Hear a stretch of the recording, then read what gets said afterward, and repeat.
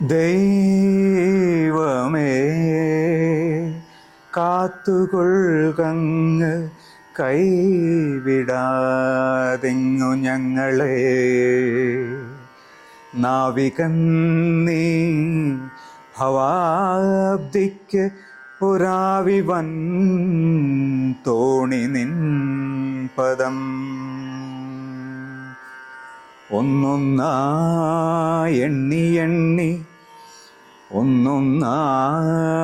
എണ്ണി തൊട്ടെണ്ണും പൊരുളൊടുങ്ങിയാൽ നിന്നിടും ദൃക്കുപോലുള്ളം നിന്നില സ്പന്ദമാകണം. അന്നവസ്ത്രാദി മുട്ടാതെ തന്നു രക്ഷിച്ചു ഞങ്ങളെ. ധന്യരാക്കുന്ന നീ ഒന്നു തന്നെ ഞങ്ങൾക്കു തമ്പുരാൻ. ആഴിയും തിരയും കാറ്റും ആഴവും പോലെ ഞങ്ങളും മായയും നിൻ മഹിമയും നീയുമെന്ന് ഉള്ളിലാകണം. നീയല്ലോ സൃഷ്ടിയും സ്രഷ്ടാവായതും സൃഷ്ടിജാലവും. നീയല്ലോ ദൈവമേ സൃഷ്ടിക്കുള്ള സാമഗ്രിയായതും. നീയല്ലോ മായയും മായാവിയും മായാവിനോദനും. നീയല്ലോ മായയെ നീക്കി സായുജ്യം നൽകുമാര്യനും.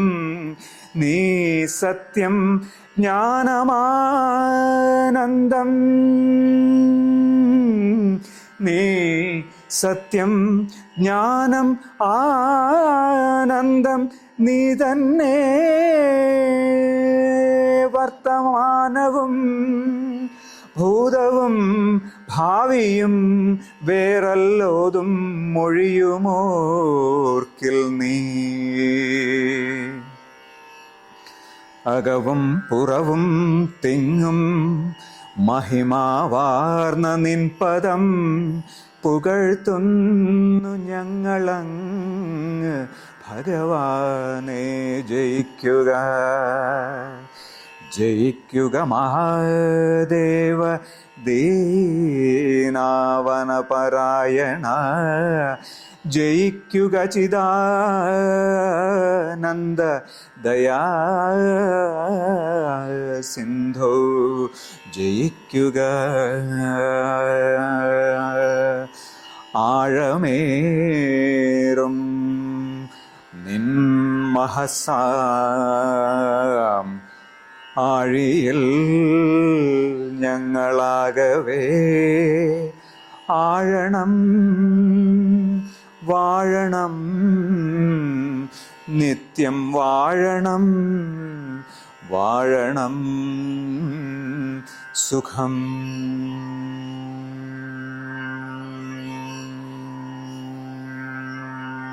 നമസ്കാരം. ഇന്ത്യയിലെ ആധ്യാത്മിക പാരമ്പര്യത്തിലെ ഒരു ഗുരു പരമ്പരയാണ് ശ്രീനാരായണ ഗുരുവിൽ തുടങ്ങുന്നത്. തീർച്ചയായിട്ടും നടരാജഗുരു, ഗുരു നിത്യചൈതന്യ, മംഗളഭാരതി, മംഗളാനന്ദ സ്വാമികൾ, മുനി നാരായണ പ്രസാദ്, ഗുരു നിത്യനീതി, ഗുരു നിത്യനീതി കഴിഞ്ഞിട്ട് മുനി നാരായണ പ്രസാദ്. അങ്ങനെ തുടരുന്ന ഒരു ഗുരു പരമ്പര.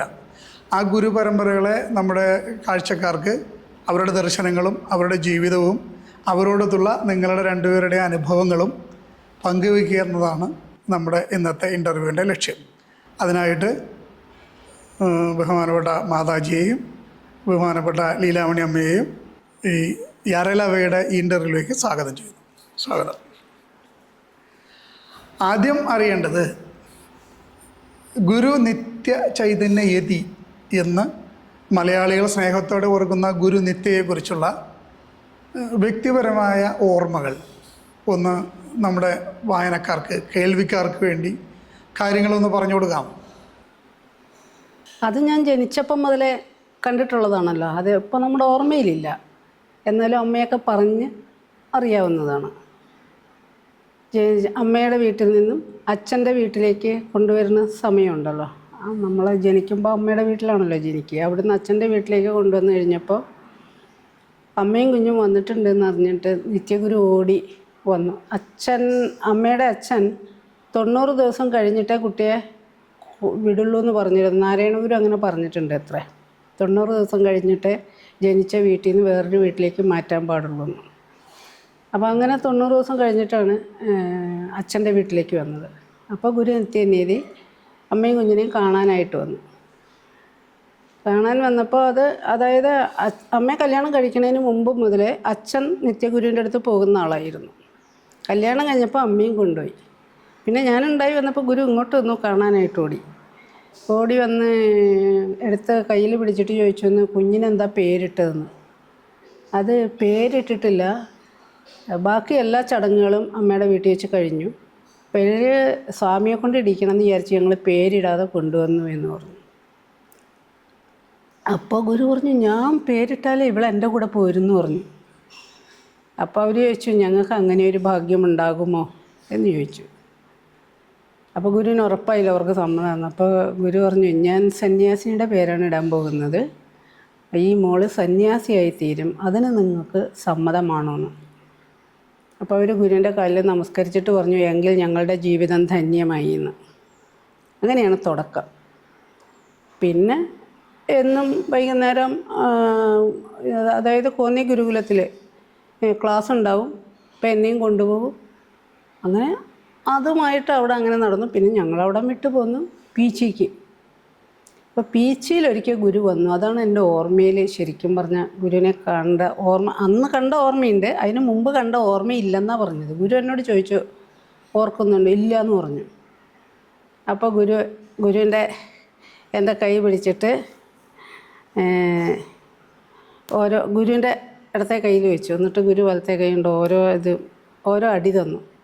സത്യവതിയായിരിക്കണം, ധർമ്മിഷ്ഠയായിരിക്കണം, സ്നേഹവതിയായിരിക്കണം, കാരുണ്യമുള്ളവളായിരിക്കണം, അറിവുള്ളവളായിരിക്കണം എന്ന് പറഞ്ഞ് 5 അടി അടിച്ചു. ഇങ്ങനെ ഓരോ വാക്കും പറഞ്ഞിട്ട്. അത്രയ്ക്ക് അന്നത്തെ ഓർമ്മയിലുള്ളൂ. പിന്നെ അന്ന് ഒരു ദിവസം അവിടെ താമസിച്ച് പീച്ചിന്ന് പറഞ്ഞു,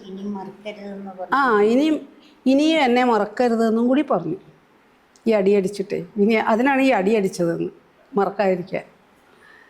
അപ്പോൾ അങ്ങനെ അവിടെ അത് അന്നത്തെ പ്രാവശ്യം അത് കൊണ്ട് കഴിഞ്ഞു. പിന്നെ എനിക്ക് വലിയ ഓർമ്മകളൊന്നും ഇല്ല. പിന്നെ 72 ആണ് ഞാൻ ആദ്യമായിട്ട് വർക്കല കൺവെൻഷന് പോകുന്നത്. അതിന് മുമ്പ് പോയിട്ടുണ്ട്, പക്ഷേ അതെൻ്റെ ഓർമ്മയിലില്ല. വർക്കല ഗുരുകുലത്തിൽ 3 വയസ്സോ 4 വയസ്സോ ഉള്ളപ്പോൾ അമ്മയൊക്കെ കൊണ്ടുപോയിട്ടുണ്ട്, അതെൻ്റെ ഓർമ്മയിലില്ല. അന്ന് മംഗളാനന്ദ സ്വാമി 2 പെൺകുട്ടികൾക്ക് ക്ലാസ് എടുത്തുകൊണ്ടിരിക്കുകയാണ്. അപ്പോൾ അമ്മ വിചാരിച്ചു, എനിക്ക് 2 കുട്ടികളുണ്ടായെങ്കിൽ ഇതുപോലെ സ്വാമീൻ്റെ അടുത്ത് വിട്ട് പഠിപ്പിക്കാമായിരുന്നു എന്ന്. മംഗളാനന്ദ സ്വാമീൻ്റെ അടുത്ത് വിട്ട് പഠിപ്പിക്കാമെന്ന് അമ്മ അങ്ങനെ മനസ്സിൽ വിചാരിച്ചു. പക്ഷേ ഞാൻ ഒരാളെ അന്നേരം ഉണ്ടായുള്ളൂ. അത് കഴിഞ്ഞ് അവിടെയൊക്കെ കണ്ടത് ഓർമ്മയിലില്ല, അമ്മയൊക്കെ പറഞ്ഞ് ഉള്ള അറിവാണ്. അത് കഴിഞ്ഞ് പിന്നെ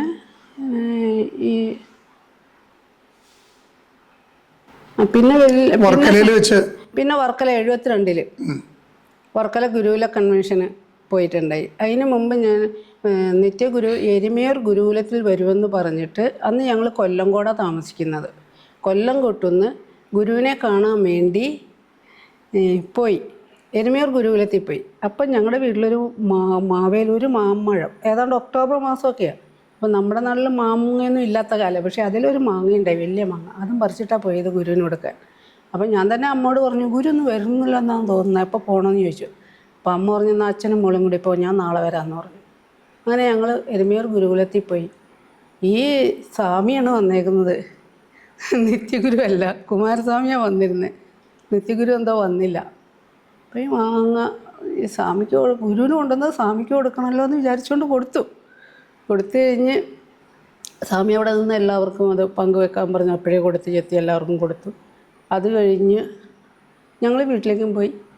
അപ്പോൾ സ്വാമി പറഞ്ഞു, വർക്കലയ്ക്ക് വരണമെന്ന് പറഞ്ഞു കൺവെൻഷന്. അപ്പോൾ പിന്നെ അച്ഛൻ എന്നെ വർക്കലേക്ക് കൊണ്ടുപോയി. അപ്പം ഞാൻ പഠിക്കാതിരിക്കുന്ന കാലഘട്ടമാണ്, എങ്ങും പോകില്ല, അപ്പോൾ പോകാനുള്ള സൗകര്യം ഉണ്ടല്ലോ. അങ്ങനെ പോയി. അവിടെ ചെന്ന് പിറ്റേ ദിവസം രാവിലെ, അപ്പോൾ നമ്മളൊക്കെ രാവിലെ എന്താണെന്ന് വെച്ചാൽ നമ്മളൊക്കെ ശീലിച്ചേക്കണത് രാവിലെ കുളി കഴിഞ്ഞാൽ ഗുരുക്കന്മാരുണ്ടെങ്കിൽ നമ്മളൊക്കെ 5 മണിക്ക് കുളിക്കും. അപ്പോൾ ഗുരുക്കന്മാരുണ്ടെങ്കിൽ പോയി നമസ്കരിക്കും, അങ്ങനെയാണ്. അപ്പം ഞാൻ അന്ന് നിത്യഗുരുവിനെ നമസ്കരിക്കാനായിട്ട് ചെന്ന്, അപ്പം നടരാജൂരുണ്ടെന്ന്. അപ്പം നടരാജൂര് വേറെ അപ്പുറത്തൊരു ശ്രീനാരായണ ഗിരി അല്ലേ, അല്ലല്ലോ, നടരാജഗിരി, നാരായണഗിരിയിലാണ് നടരാജഗുരു താമസിക്കുന്ന ഒരു കൊച്ചു കുടിൽ, ഒരു റൂം മാത്രമുള്ള ഒരു കൊച്ചു കുടിൽ, അവിടെയാണ് നടരാജഗുരു താമസിക്കുന്നത്. അപ്പം ഞങ്ങൾ കുറച്ച് ഇപ്പുറത്തുള്ള ഇതിലാണ് താമസിക്കുന്നത്. അവിടെ നിന്ന് ഗുരുവിനെ പോയി നമസ്കരിച്ച് അങ്ങനെ നിൽക്കുമ്പോൾ ഈ കുമാരസ്വാമി വന്നു. അപ്പോൾ നിത്യഗുരു ചോദിച്ചു കുമാരസ്വാമിയോട്, ഈ മോളെ അറിയോ? എൻ്റെ നല്ലൊരു സുഹൃത്താണ്, ഭാനുവിൻ്റെ മകളാണ്. അപ്പം ഞാൻ എരുമിയൂർ പോയപ്പോൾ ഗുരു വന്നില്ലല്ലോ, അന്ന് ഇവർ വന്നിരുന്നു, അങ്ങനെ ഒന്ന് കണ്ടിട്ടുണ്ടെന്ന് പറഞ്ഞു. അപ്പോൾ ഇനി സ്വാമി ഒരു കാര്യം ചെയ്യണം, സ്വാമി വടക്കോട്ട് പോകുമ്പോഴും മടങ്ങി വരുമ്പോഴും അവിടെ ഇറങ്ങി ഈ മോളെ പഠിപ്പിക്കണമെന്ന് നിത്യഗുരു വന്ന് കുമാരസ്വാമിയോട് പറഞ്ഞു. അത് കഴിഞ്ഞ് പിന്നെ സ്വാമി അതനുസരിച്ച് അങ്ങോട്ടും ഇങ്ങോട്ടും പോകുമ്പോഴും വരുമ്പോഴും ഒക്കെ നമ്മുടെ അവിടെ വന്നിറങ്ങി താമസിച്ച് കുറച്ചെന്തെങ്കിലുമൊക്കെ ഉപനിഷത്തും ഗീതയും ഗുരുദേവതയും പഠിപ്പിക്കണമെന്നാണ് പറഞ്ഞു. അതൊക്കെ കുറച്ച് ചൊല്ലിത്തന്നു, പഠിപ്പിച്ചു. പറയുക, ഞാനും അമ്മയും അച്ഛനുമാണ് ഉണ്ടാകുക. അത് പഠിക്കാനായിട്ട് ഇരിക്കുന്നത് ഞങ്ങൾ 3 പേരാണ്. അപ്പോൾ അവിടെ വേറെ ആരും വരാനൊന്നുമില്ല, ഇതൊന്നും പഠിക്കാൻ അറിയാവുന്നവരും ഇല്ല. പക്ഷേ ഞങ്ങൾ വെളുപ്പിന് 4 മണിക്കാണ് ഈ ഉപനിഷത്തും ഇതൊക്കെ പഠിപ്പിക്കുന്നത്. അപ്പോൾ അങ്ങനെ പിന്നെ കുമാരസ്വാമി ഞങ്ങൾക്ക് ചൊല്ലി തന്നുകൊണ്ടിരിക്കുമ്പോൾ ഞങ്ങളുടെ തൊട്ട് ചേർന്ന് വഴിയുണ്ട്. ആ വഴിയിൽ നിന്നിട്ടൊരു പയ്യൻ ഇത് 2-3 ദിവസം കേട്ടു ചൊല്ലി പഠിപ്പിക്കണേ. പിറ്റേ ദിവസം സ്വാമി മുറ്റത്ത് നിൽക്കുമ്പോൾ അവൻ വിളിച്ചു, ചാമിയാരെ. നേരം വെളുക്കണതിന് മുമ്പ് അവിടെ എന്തെന്നാ ചെല്ലണത്? നല്ല ശേലുണ്ട് ചാമിയാരെ, എന്നെ കൂടെ പഠിപ്പിച്ചു തരുമോ നീ ചോദിച്ചു. അത് ഉപനിഷത്താണ്, ഋഷിമാർ എഴുതിയേക്കുന്നതാ. നല്ല ചേലുണ്ട് ചാമിയാരെ, എനിക്കും പഠിക്കണം, ഞാനും വരട്ടെ എന്ന് ചോദിച്ചു. അപ്പോൾ അച്ഛനോട് ചോദിക്കട്ടെ എന്ന് പറഞ്ഞു. അവനാണെങ്കിൽ അവിടുത്തെ മുഴുവനുമുള്ള തള്ളിപ്പളിയാണ്. ആളിത്രയേ ഉള്ളൂ, പക്ഷേ 17 വയസ്സുണ്ടായിരുന്നു. അതിനുള്ള തല്ലിപ്പളി മോനാണ്. അപ്പോൾ അച്ഛൻ പറഞ്ഞു, സ്വാമിയോട് ആരെങ്കിലും ഇതുപോലെ ഒരു കുട്ടി ഉപനിഷത്ത് പഠിപ്പിക്കുമോ എന്ന് ചോദിച്ചിട്ടുണ്ടോ? ഇല്ല. അപ്പോൾ ആ കൊച്ച് ചോദിച്ചപ്പോൾ ആ കൊച്ചിന് പറഞ്ഞു കൊടുക്കണ്ടേ, അവൻ എന്തോ ആയിക്കോട്ടെ, പറഞ്ഞു കൊടുക്കണ്ടേ. അപ്പോൾ സ്വാമിയുടെ റിസ്കിൽ സ്വാമി വരാൻ പറഞ്ഞു. ഞാൻ പറഞ്ഞു എന്നൊന്നും പറയണ്ട, വലുതും കുരുത്തക്കേട് കാണിച്ചാൽ പറയണ്ടേ, അതുകൊണ്ട് സ്വാമിയുടെ റിസ്കിൽ പറഞ്ഞോളാൻ പറഞ്ഞു. പിറ്റേ ദിവസം 4 മണിക്ക് അവൻ കുളിച്ച് കഴിഞ്ഞ് വന്ന് ഞങ്ങളുടെ വാതിലിൽ മുട്ടി തുറക്കാനായിട്ട്. അന്ന് തൊട്ട് അവനും കൂടി ഞങ്ങളുടെ കൂടെ ഉപനിഷത്ത് പഠിക്കാനുണ്ട്. ഒന്നും അറിയാത്ത, അക്ഷരാഭ്യാസം ഇല്ലാത്ത, വിദ്യാഭ്യാസം ഇല്ലാത്ത ഒരു പയ്യനാണ്. എഴുതാനും വായിക്കാനും ഒന്നും അറിഞ്ഞൂടാ. പക്ഷെ അവൻ ഇത് കേട്ടപ്പോൾ പഠിക്കണമെന്ന് തോന്നിയിട്ടാണ് അവൻ വന്നത്. അങ്ങനെ ഇവൻ പറയുന്നതിന് മുമ്പ് കാണാതെയൊക്കെ പഠിച്ചു തരും. ഞങ്ങൾ ചെല്ലുന്നത് കേട്ടിട്ട് അവൻ മുഴുവനും കാണാതെ പഠിച്ചു.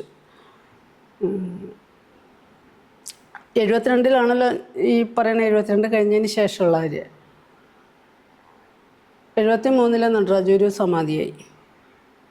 നടരാജഗുരു സമാധിയാകുന്ന ദിവസം വെളുപ്പിന് തന്നെ അമ്മയ്ക്ക് ഗുരുവിൻ്റെ സ്വപ്ന ദർശനം ഉണ്ടായി.